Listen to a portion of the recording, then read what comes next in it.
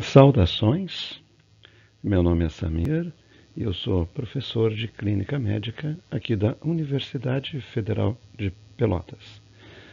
Hoje nós vamos falar sobre dor abdominal. O que o clínico precisa saber?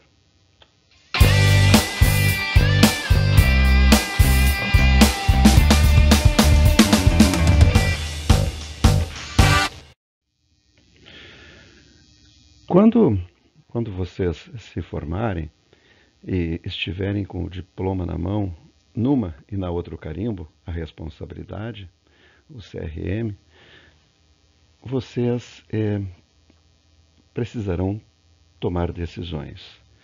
E para tomar decisões, vocês terão que ter conhecimento, habilidades e ética, caráter, dignidade.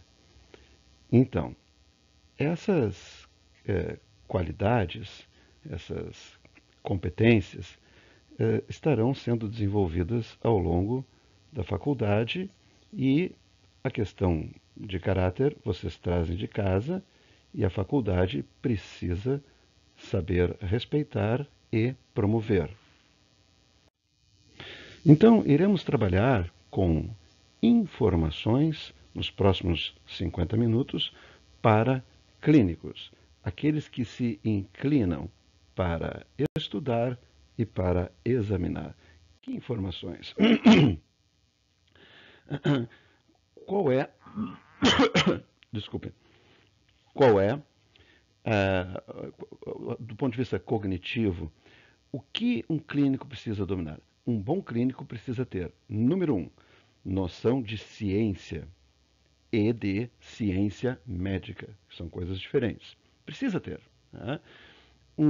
Nós temos aqui a melhor noção de ciência médica do mundo, que é a nossa epidemiologia aqui da Federal de Pelotas, né? Se não for a melhor, pelo menos uma das melhores. Noção do que é o ser humano, uma compreensão do ser humano, digamos assim, normal, saudável. Né? E nós temos uma das melhores psicologia médica do Brasil. Né? A nossa psicologia médica aqui é muito forte. Vocês têm 4, 5 semestres e então vocês vêm com uma formação muito boa. Vocês precisam ter uma noção importante assim do manejo inicial. Obviamente não tem que ser um emergencista, um especialista em emergência médica, né? Tem residência também, mas vocês precisam ter uma noção do manejo inicial de todas as situações de emergência. Por que todas? Porque qualquer uma delas pode acontecer com a gente, por mais rara que seja. Um clínico ele pode estar trabalhando num posto de saúde e o paciente fazer uma reação anafilática. É raro? É muito raro. Mas nós temos a obrigação, porque as emergências são situações em que o médico não tem condições de abrir nem o celular para consultar, não dá tempo. A emergência é a emergência, tem que ser resolvida. Então nós temos que saber e temos que treinar também, porque algumas dependem de habilidades psicomotoras. E caímos agora no item que nós iremos trabalhar, que são os diagnósticos, que é o diagnóstico das doenças. Ficou ali, o videozinho ficou em cima, né? É doenças, a palavra. Tá? O clínico precisa saber, então, não apenas conhecer o ser humano normal, mas também saber quando ele está doente e saber diagnosticar. Aqui não são todas, obviamente, mas algumas doenças, as mais importantes, as mais prevalentes, as mais graves e aquelas que têm alguma intervenção, né? Tratamento efetivo, ou seja, são vulneráveis ao conhecimento médico atual. Nós temos a obrigação de oferecer. Né? Como que nós não vamos oferecer, digamos grosseiro assim, penicilina para uma pneumonia? Né? Nós temos que saber diagnosticar a pneumonia e saber tratar a pneumonia. Por quê? É comum, é grave e tem tratamento efetivo. Provavelmente hoje em dia tem milhares de antibióticos bem melhores. Eu sou do outro milênio, né? Eu nasci no outro milênio. Esta aula seguirá esse roteiro. Falaremos do ponto de vista introdutório, definindo algumas expressões. Vamos falar sobre algumas causas importantes de dor abdominal e, por último, falaremos sobre a abordagem do paciente com dor abdominal, sempre ilustrando com casos. Com que autoridade o professor fala para vocês sobre esse assunto? Então, em primeiro lugar, eu poderia trabalhar com o livro do Zachary Cope, que é um clássico. Eu poderia trabalhar com este guia para a guide, imagina, um livro só sobre, nós poderíamos trabalhar, enfim. Mas nós vamos trabalhar com este, apenas este, tá? O azul, tá ali, Harrison, 19ª edição. 4 folhas, 4 páginas, na verdade, 4 páginas, tá? 4 páginas para ler, né? Tá bem, a fonte é pequenininha, toma um certo tempo, tá? Mas tem que ler, porque também tem coisas que eu não vou falar nesses próximos 50 minutos e que são importantes e que estão aqui, mas que não dá tempo. Vocês têm que ler. Vocês já estudaram no Bates, no semestre passado. O Bates introduz o Harrison e o Harrison introduz a próxima etapa da formação de vocês, que é embasada no up-to-date. Tá? Não é para ler nesse momento. Tudo tem a sua hora. Vocês vão morrer lendo, esquecer tudo e não vai servir para nada. Tá? Então, assim, estudem o capítulo do Harrison, a 19ª edição, dor abdominal, classicamente escrito pelo William Seelen. Agora, provavelmente já está ficando um pouco mais velho, já veio acompanhando as publicações há algumas décadas. Tem um outro ou outra, meu inglês não permite eu saber se Danny Jacob, Danny se é homem ou se é mulher, mas tem um autor que está entrando, ou uma autora que está entrando ali, tá? Junto com ele. Mas nós vamos começar por aqui. Tudo deveria começar por aqui, tá? Pela definição das palavras. Nós precisamos aprender a respeitar as palavras. Então, por que essa aula não está intitulada abdômen agudo? Por que dor abdominal? Abdômen agudo é uma expressão muito utilizada, imprecisa e que induz, de certa forma, ao erro. Por quê? Muitas vezes, uma dor abdominal que não seja assim tão aguda pode estar escondendo uma verdadeira catástrofe dentro do abdômen. Um paciente, por exemplo, um paciente diabético que perde a sensibilidade nos pés, ele também pode perder, um idoso pode perder a sensibilidade no abdômen e ele pode ter um quadro assim não tão, né, agudo, e ter uma doença gravíssima. E por outro lado, algumas vezes uma dor terrível, uma dor que se instala agudamente, não necessariamente necessita de cirurgia. E esse é o nosso papel. Esse vai ser o nosso papel. Vai ser, vejam, o nosso papel como clínico nesse cenário é muito simples. Nós vamos responder a 2 perguntas. É cirúrgico? Eu preciso chamar o cirurgião, para ele operar, que o que ele faz é isso. Cirurgião opera. E eles gostam de operar. Um bom cirurgião, ele confia na sua habilidade cirúrgica, ele confia nas suas próprias mãos e ele gosta de operar.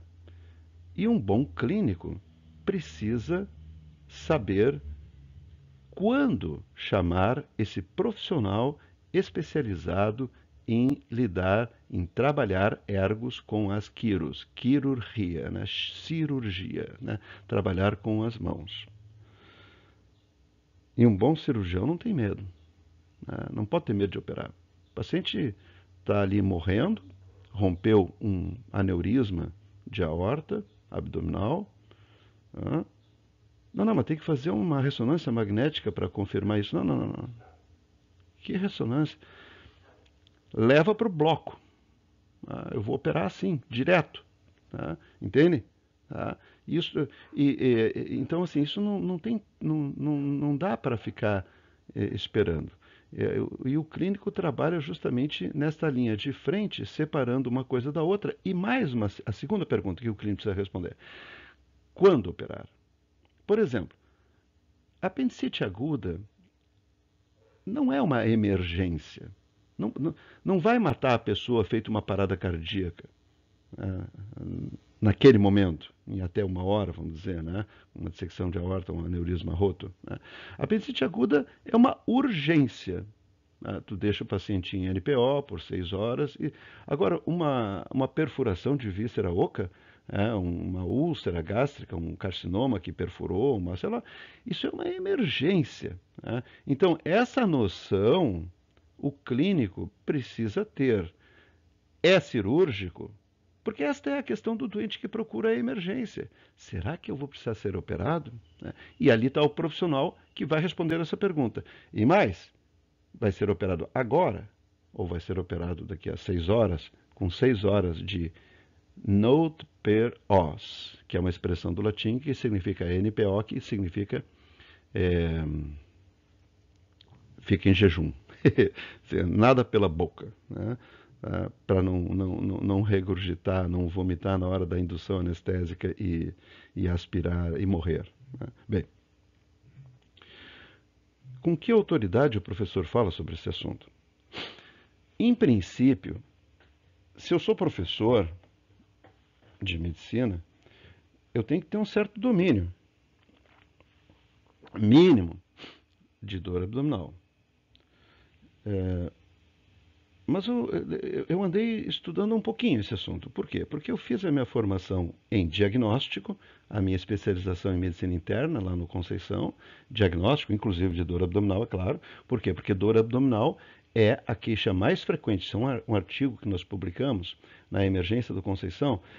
13% dos pacientes, são 1.000 que transitam por ali, 130, então, em 24 horas, vêm com uma queixa de dor abdominal. Tá?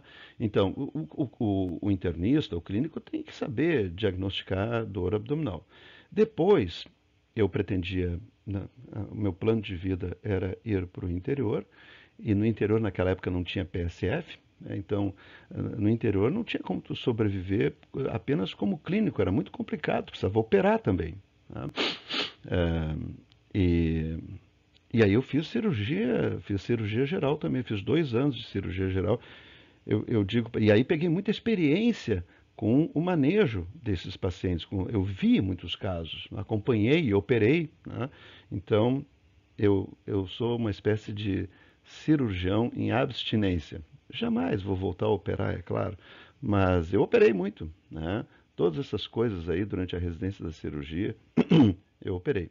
Lá no Conceição a gente operava tudo. Né? Bem, então é com esta autoridade que eu falo para vocês sobre esse assunto. E depois com a autoridade de quem teoricamente leu muito e também publiquei. Tá? Publiquei sobre indicações de laparotomia de urgência, que é outra expressão que precisa ser bem definida.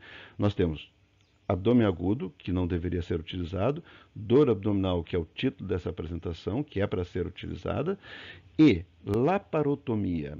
A laparotomia significa tomos cortar, laparou o abdômen. Abrir, cortar o abdômen, tá? Expor o abdômen.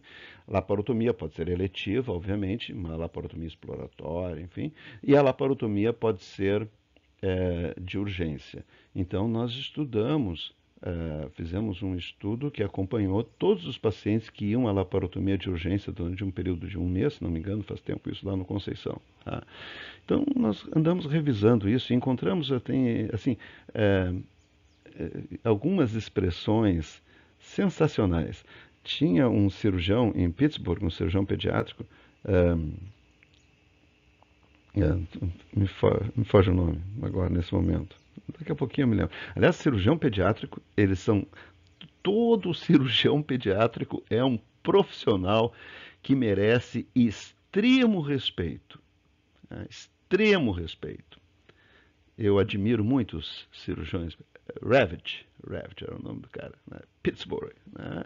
Então, Ravitch dizia assim, naquela época, só existe uma maneira da gente ter em pediatria, né? E naquela época, principalmente, 100% de certeza no diagnóstico de apendicite aguda.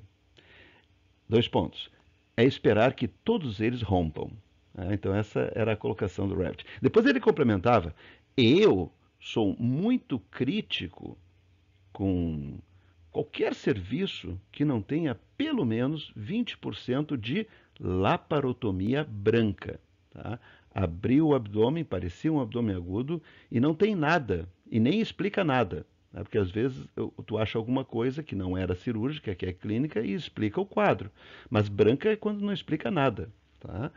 Então, isso era naquela época, né? Hoje, nós temos uma série de recursos, tomografia, ecografia, enfim, uma série de recursos. Mas esses recursos eles são úteis e devem ser utilizados quando for razoável. Por exemplo, sabe-se que atualmente um quadro clássico de apendicite aguda, que não deixa dúvidas, acaba de tantos exames que o doente é submetido, aumentando a probabilidade de ter uma perfuração e de ter abscesso de parede, aumenta a morbidade. Pode ser que não aumente a mortalidade, mas aumenta a morbidade justamente em função do uso inadequado e assim, ó, também em função da falta de confiança no assunto que nós iremos desenvolver, tá?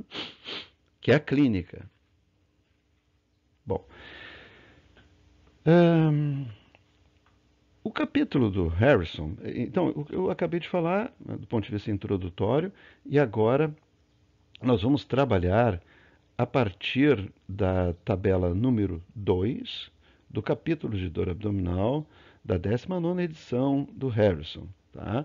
Ali, essa tabela é muito importante para vocês, porque ela pega assim, ó, dor de origem abdominal, dor referida para o abdômen, dor de origem metabólica, que obviamente não deveria ser operada, né? E aqui entra o papel do clínico, importantíssimo, dor de origem neurológica e psiquiátrica, importantíssimo também da gente saber fazer o diagnóstico. E depois tem mais 2 itens que são mais próprios assim dos Estados Unidos, que é a picada por aranha viúva negra, que pode dar muita dor abdominal, e uma coisa que faz parte do passado, até onde eu sei, que é a intoxicação por chumbo. Era comum dos pacientes que trabalhavam com baterias de automóvel terem intoxicação por chumbo e terem uma dor abdominal muito estranha. Tá? E por último, eles também comentam dor abdominal que tem uma causa imprecisa, que não sabe bem por que eles têm dor abdominal, que seria a abstinência por opioide, que os Estados Unidos vive uma verdadeira pandemia de opioide, e um outro que agora não me lembro, tá? Mas também não é tão relevante. Nós vamos trabalhar o que é importante dessa tabela. O primeiro item, tá? Esse é fundamental. Nós vamos trabalhar aqui em detalhes. Vamos trabalhar em detalhes. Então, assim, o primeiro item diz respeito a 6 subitens. O primeiro, dor abdominal por irritação parietal, do peritônio parietal. Então, aqui é anatomia, tá? Peritônio visceral, peritônio parietal. O peritônio parietal está irritado, está inflamado, porque tu tem infecção ou tu tem irritação química, tá? Então, a infecção pode ser justamente um apêndice roto, né? Rompeu o apêndice, tá? Mas a dor da apendicite pode não ser por irritação parietal do peritônio, pode ser também por um processo inflamatório apenas no apêndice inicial.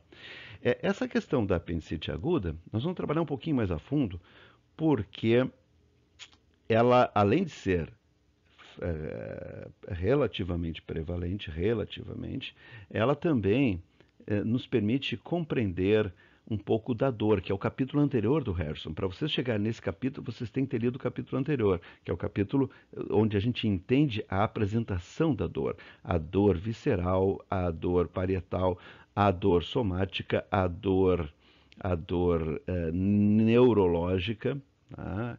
causalgia, alodinia. Então, tudo isso nós precisamos compreender para poder agora compreender aqui. Veja, acontece que por algum motivo as bactérias começam a avançar, lembra da histologia? Da mucosa para a submucosa, muscular da mucosa, assim elas vão avançando ali e inflamando o apêndice, causando uma apendicite. O apêndice vai distendendo, né, fecha, oclui a saída, o ósseo do apêndice, e o apêndice que está lá no quadrante inferior direito, na maioria das vezes, esse é o grande problema da apendicite, é a localização dele, que varia muito, pode ficar até aqui em cima, no fígado, né? Pode vir até aqui, pode estar do outro lado, mas vejamos, como que vai se apresentar o quadro clínico de uma apendicite aguda? Inicialmente, a pessoa tende a ter uma dor onde?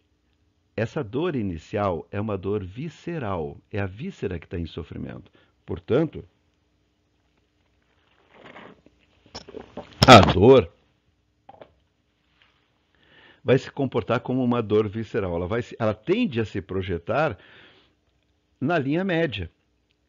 Então, o sujeito vai, digamos assim, acordar. Todo mundo que acorda com uma dor, né, tem que se prestar atenção nessa dor. Uma dor que acorda a pessoa não é uma dor, não que uma dor psíquica também a gente não tem que prestar atenção, mas do ponto de vista de decisão é cirúrgica, se acordou o ser humano, olha, vamos ver melhor. Tá? Com uma dor surda, como se tivesse levado um soco na boca do estômago, uma dor periumbilical. As bacteriazinhas vão avançando, avançando, avançando e chegam no peritônio do apêndice. Se ele está encostado na parede abdominal, já dá uma irritação parietal direta, sem perfurar. Se não for feito o diagnóstico, a doença vai avançando, o apêndice vai distendendo até que chega o ponto que ele rompe. Quando ele rompe, é liberado então essa fezes, né, que é o conteúdo do apêndice, no abdômen e fatalmente o peritônio parietal vai ser irritado e a gente vai ter então uma dor localizada, uma dor parietal, com os sinais clássicos de irritação peritoneal, que seriam aqueles da percussão. Ai, dói aqui, doutor. E dá para confirmar dor, seu João. Vou apertar um pouquinho aqui assim, tá? Ai, tá doendo, doutor. Certo, seu João. Seu João, agora eu vou soltar a mão rapidamente. Eu gostaria que o senhor me dissesse. Ai, mas tá me doendo. Eu gostaria que o senhor me dissesse o que dói mais, tá? Se é apertar ou se é só. Ai, doutor, mas já tá doendo. Ah, doutor. Ah! Opa, quase virei lá. Vocês entendem? Doeu, quando é que doeu mais forte? Doeu quando o senhor soltou, doutor. Ainda bem que o senhor me avisou. Pois é. Tá? Isso não precisa ser feito em todo mundo. Tá? Até porque, e muito menos ser feito pelo terceiro anista, quarto anista, estagiário, residente, enfim, não faz o menor sentido a gente treinar karatê no abdômen do paciente, compreende? Né? Mas é um sinal que nos ajuda, né? Quando a gente precisa confirmar. Às vezes a gente não precisa, às vezes é óbvio. Só a percussão. Né? Ah, pronto, é aqui que está localizado. Isso está escrito lá no nosso livro do Harrison. Muito interessante. Bom, aí vocês compreenderam na apendicite. É importante vocês entenderem que assim, uma dor que começa, vocês talvez já tenham tido isso. Quem é que nunca teve uma diarreia? Então, a pessoa pode ter uma dor que começa no estômago e depois vai para o quadrante inferior direito. Pode acontecer isso, né? E aí a gente pensa assim, isso é apendicite. Vejam bem, vamos entender como que a gente diferencia. Em primeiro lugar, é muito importante a ordem que as coisas, a cronologia que as coisas acontecem. Se a pessoa acorda com náuseas, vai no banheiro, vomita e depois passa a ter dor epigástrica e essa dor depois, meio tipo uma cólica, vai para o quadrante inferior direito e tu põe o teu estetoscópio e tu escuta ruídos hidroaéreos aumentados, gente, isso não deve ser apendicite. Tá? Mas doutor, mas não tem diarreia ainda? Não tem ainda. Tá? Porque assim, quando tem diarreia, a doença é diarreia. Tá? Com algumas exceções, né? Principalmente quando o paciente já tem um quadro clínico que foi mascarado pelo uso de antibióticos ou pelo uso de imunossupressores, pelo uso de corticoide. Aliás, imunossupressores e uso de corticoide é um mundo à parte. Tá? É um mundo à parte porque fica tudo mascarado ali. Mas assim, vejam, em relação ao abdômen, o que importa é a tomada de decisão. Claro que a gente busca o diagnóstico específico, mas às vezes a gente tem que tomar a decisão sem ter o diagnóstico específico. Um doente que chega na emergência se queixando de dor abdominal, teve 2 ou 3 episódios de diarreia, depois de ter comido um X, né, com maionese. Né? Bah, tu pensa assim, né? Isso é uma diarreia do X, né? E, bom, até faz sentido daqui a pouco. É que diarreia, em princípio, não tem indicação de uso de antibiótico, né, por si só.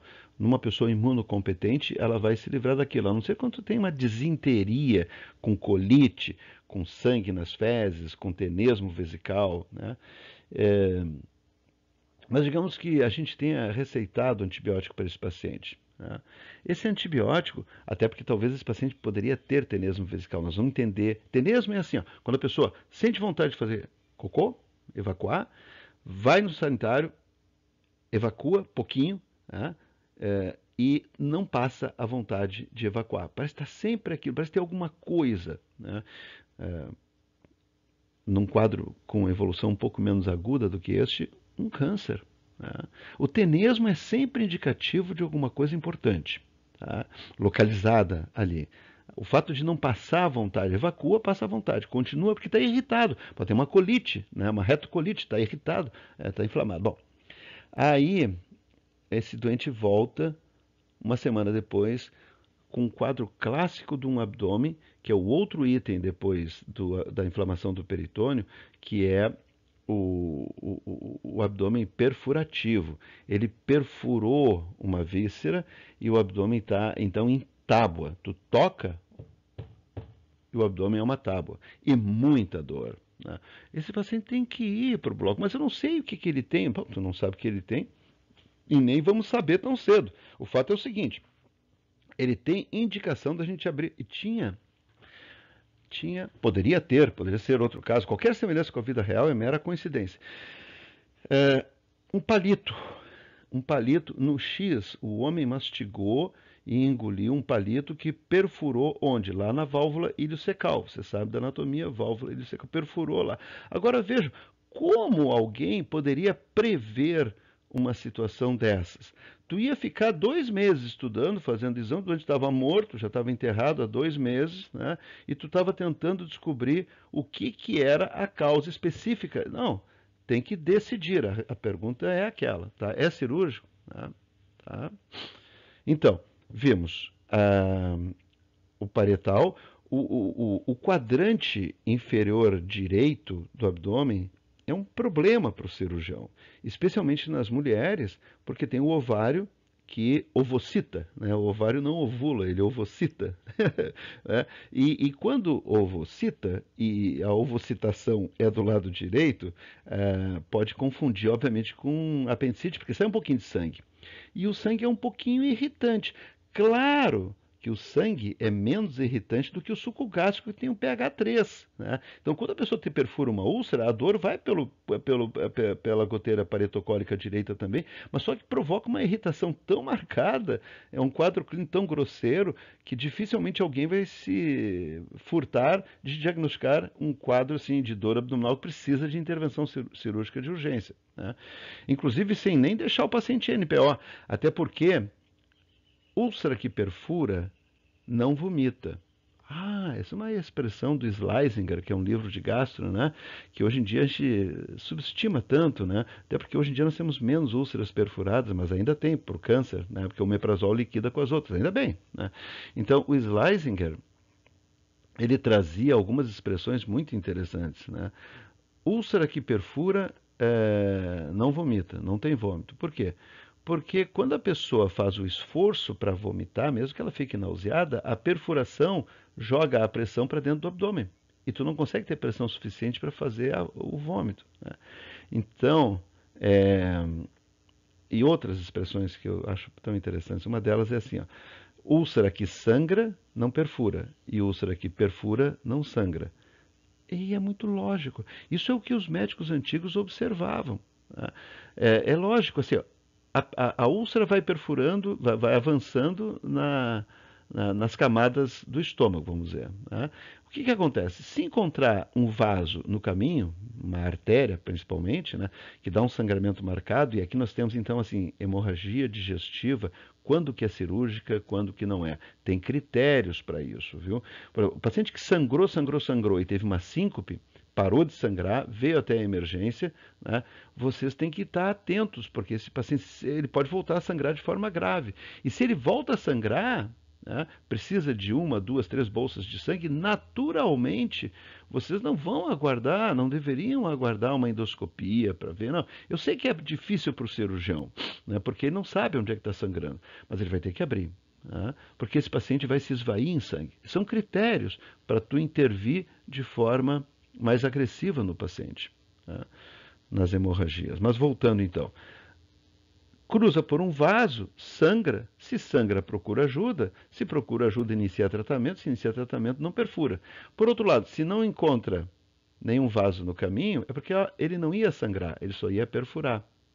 Só ia perfurar. A manifestação vai ser a perfuração. Outro aforisma do antigo Schlesinger, né? Não existe pancreatite sem vômitos. Né? Hoje esta afirmação, todas essas afirmações hoje em dia são relativizadas pela quantidade de exames que a gente tem e até porque mudaram os critérios das coisas. Hoje os gastroenterologistas, os internistas, eles têm critérios assim para dizer se é pancreatite, não é pancreatite. Então, às vezes, se trabalha com as enzimas. Então, o critério é laboratorial. Né? E um aumento lá da amilase, da lipase, já justifica o diagnóstico de pancreatite no mundo contemporâneo agora, né? no novo milênio. Naquela época não. Naquela época não existia pancreatite sem vômito. Tá? Por falar em pancreatite, em seguida eu volto à tabela. Pancreatite é um diagnóstico enganador. Tá? Vocês têm que cuidar muito, porque pancreatite pode enganar o clínico.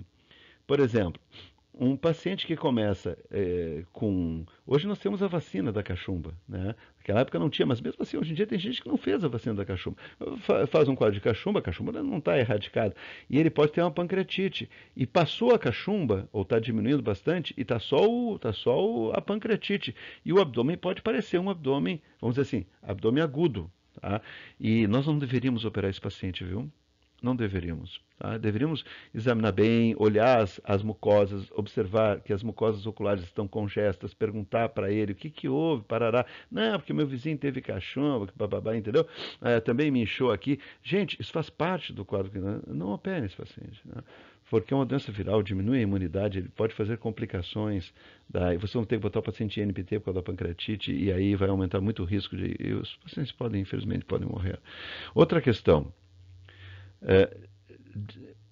Dislipidemias, especialmente não, que é um tipo de dislipidemia, hipertrigliceridemia, quando os triglicerídeos familiar passam de 1000, vai dar pancreatite. Tá? E o doente pode ter lá uns xantomas, uns tumores benignos amarelados nos joelhos, nas pernas, chantelasmas nos olhinhos, né?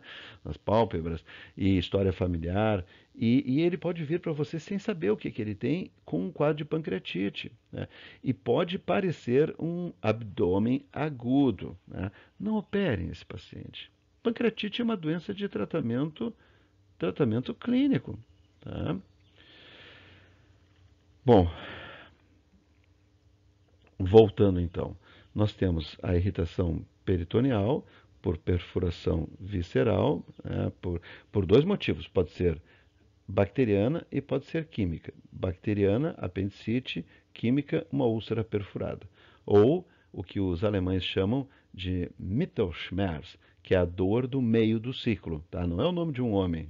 Mittelschmerz quer dizer em alemão dor do meio. Tá? Mittelschmerz, o sofrimento do meio do ciclo, que é quando as senhoras, as mulheres, as moças, especialmente as moças, as jovens, ovocitam.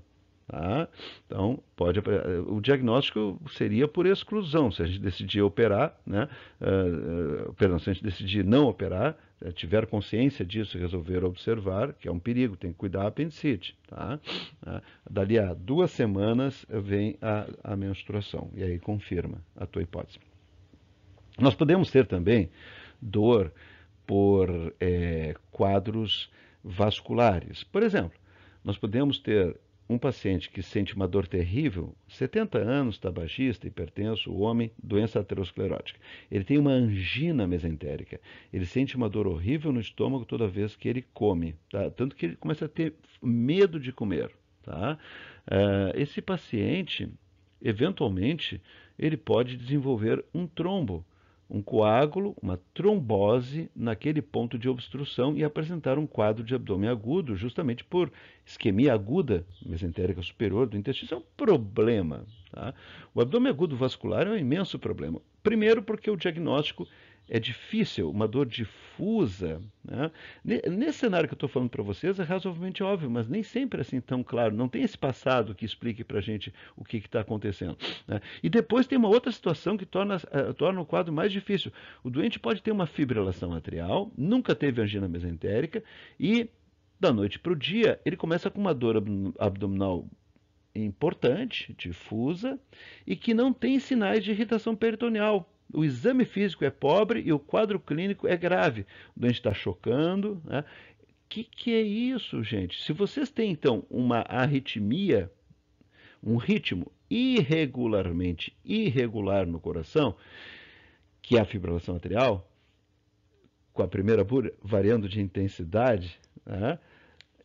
E o doente subitamente apresenta um quadro de dor abdominal estranha como este, vocês têm que suspeitar de uma embolia para a mesentérica superior.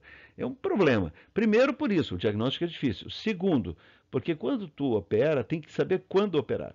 Se tu opera muito precocemente, a isquemia ainda não definiu bem o local onde tu vai, o que tu vai ressecar é outro problema para o cirurgião, né? Não pode pegar, abrir o abdômen do sujeito e tirar do estômago até o reto, entende? Então, ter a definição dessa área que vai ser ressecada neste momento, e se tu demora muito, obviamente, o doente vai morrer de choque, tá? Então, é um problema. Bem, nós podemos ter, do ponto de vista vascular também, a própria anemia falciforme, tá? Que pode dar um quadro de dor abdominal. E nós podemos ter também os abdômenes por obstrução. Tá? O abdômen por obstrução é assim. Ó. Tu pode ter uma obstrução alta de delgado, uma obstrução baixa lá do intestino grosso. Quando a gente tem uma obstrução, o paciente vai ter dor, muitas vezes uma dor em cólica inicial, uma dor que o abdômen que vai distendendo. A obstrução pode ser até por uma brida, uma aderência entre as alças de uma cirurgia de apendicite assim, antiga, que demorou muito o diagnóstico, teve que ser reintervido, formou umas aderências, aí lá um belo dia a alça torce naquela aderência e tranca o intestino. Então, o abdômen distende, a pessoa começa com uma dor importante, em cólica, com náuseas. Primeiro ela vai vomitar o próprio conteúdo do estômago, o vômito alimentar. A seguir, ela vai vomitar um conteúdo branco, que é a mucosidade que tem no estômago, já foi todo o conteúdo alimentar. Depois ela vai começar a vomitar um conteúdo amarelado e esverdeado, que é a bile, que estava no delgado, no duodeno. E esses vômitos que ela está apresentando, eles vão aliviando a dor. Tá? Cada vez que ela vomita, melhora um pouco o desconforto. Diferente, olha que detalhe do Schlesinger, diferente do vômito da pancreatite, que é um vômito incoercível, né? Porque a pancreatite também dá uma dor abdominal difusa. A gente fala em faixa, que lindo. Não existem quadros de livro. né? Quando a gente vê um quadro de livro, a gente fala para o colega de residência no outro dia: cara, ontem eu vi um quadro de livro de pancreatite. Dor em faixa, vômito incoercível, sudorese, piorava a dor quando o paciente deitava, né? Até pensei que pudesse ser um infarto agudo de parede inferior, né? Fizemos o eletro, não tinha nada, era uma pancreatite clássica. Isso é uma raridade da gente encontrar uma coisa dessa. Então a gente precisa aprender a diferenciar nos detalhes. Vejam, a pancreatite, o paciente vomita e não alivia a dor. No quadro de obstrução, que também dá dor abdominal difusa, o paciente vomita e alivia a dor. E aí, depois disto, depois que o vômito ficou amarelo, esverdeado, o vômito biliar, começa a vir um vômito que a gente chama de estase, que é um vômito escurecido. Não é o vômito preto da melenêmese, melena, preto, escuro, né? Não é o vômito dos cabelos pretos escuros, as melenas, né? Não é o melanina, né? Não é o vômito preto do sangramento do sangue digerido, né? Mas é um vômito escurecido, que é o vômito de estase, tá? E é, num quadro extremo, assim, né? Quando a obstrução é lá, é uma obstrução do grosso, às vezes não, é uma tristeza, a gente pode ter, mas isso é uma raridade, nunca vi isso, né? Vômitos fecaloides, né? Tá? Bem, e aí o quadro do abdômen agudo, obstrutivo, nós vamos ter que decidir, né? Esse paciente é cirúrgico, não é cirúrgico, muita dor abdominal, abdômen distendendo. O papel do clínico nesse cenário é muito importante, né? Sonda nasogástrica, hidratação, observação, raciocínio, possível etiologia e conhecimento aprofundado sobre o assunto. Porque tem algumas doenças que simulam isso. Por exemplo, um paciente que chega com uma dor abdominal muito intensa, né? Um quadro no abdômen de distensão abdominal, um quadro de cólicas, uma dor, opa, está apontando para o lado de um quadro obstrutivo. Mas o cara nunca foi operado, não tem cicatriz, um dado importante, não tem nenhuma cicatriz no abdômen, é jovem, não tem porquê, está tão cedo já com carcinoma de intestino, é estranho, né? E esse paciente, tu observa com detalhe, tu é clínico, o clínico vai sempre observando com detalhe. Esse é o papel do clínico. Não chama o cirurgião, né, porque um bom cirurgião ele vai operar o paciente. Não chama o cirurgião antes de tu ter certeza que é cirúrgico, porque pode ser clínico, né? Aí tu vai lá, olha os sinais vitais, mas que estranho, a frequência cardíaca desse paciente varia tanto, vai a 120, 130, vem a 70 batimentos.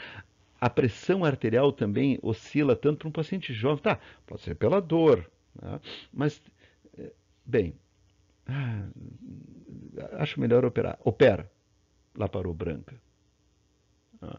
Aí está lá o doente de novo no pós-operatório. Primeiro dia de passou o efeito da anestesia, começa uma dor. Uma dor, uma dor, uma dor, uma dor. Uma dor parecida com a anterior, agora misturada com a dor da própria laparotomia, né? Bom, morfina, né? Continua com dor e dor. Não passa com morfina essa doença, não passa, né? Daqui a pouco esse paciente vai para a laparotomia de novo e vai ser branca de novo. Isto chama-se, né, porfiria, tá? Porfiria. Uma doença metabólica de manejo clínico, tá? Aí vai lá, abre o UpToDate, vê como é que se faz, hidrata bem o paciente, enfim, tem uma série de coisas que tem que fazer, tá? Outra doença que pode enganar um pouco aí, as reações alérgicas. Você sabe que uma anafilaxia tem 4 setores para se manifestar: respiratório, cardiovascular, e gastrointestinal e na pele, tá? Então, às vezes, a manifestação, come camarão, né? Chega na emergência com uma dor abdominal, uma dor, deficiência da estearase C1, né? E edema angioneurótico, começa a inchar, enfim, mas pode não aparecer isso, pode estar só com uma dor abdominal. Vocês precisam estar atentos para essa questão, tá? Então, do ponto de vista de abdômen agudo obstrutivo, nós já comentamos bastante questões importantes. Assim, a dor na obstrução, quando pega o delgado, pode irradiar para o dorso por causa da raiz do mesentério, o intestino está distendendo, né? Pode irradiar para o dorso, para a região lombar, importante a gente saber isso. E, e também a gente pode ter depois nós já passamos pelas vasculares, né? E depois nós temos aqui dentro das que são de dentro do abdômen. Bom, as da parede abdominal, tá? A parede abdominal também pode doer. Daqui a pouco o paciente toma anticoagulante e ele tem um hematoma na bainha do reto, né? Pode ter dor ali. Tá? E uma causa importante aqui são as hérnias. A pessoa para ter uma hérnia, por exemplo, uma hérniazinha, ó, aqui já tem um detalhe. As herniazonas dificilmente vão causar problema, porque o colo da hérnia é grande, a alça do intestino entra e sai. Mas se vocês têm uma hérnia com colo pequeno, uma hérniazinha femoral, que fica do lado da hérnia inguinal, uma hérnia femoral, né?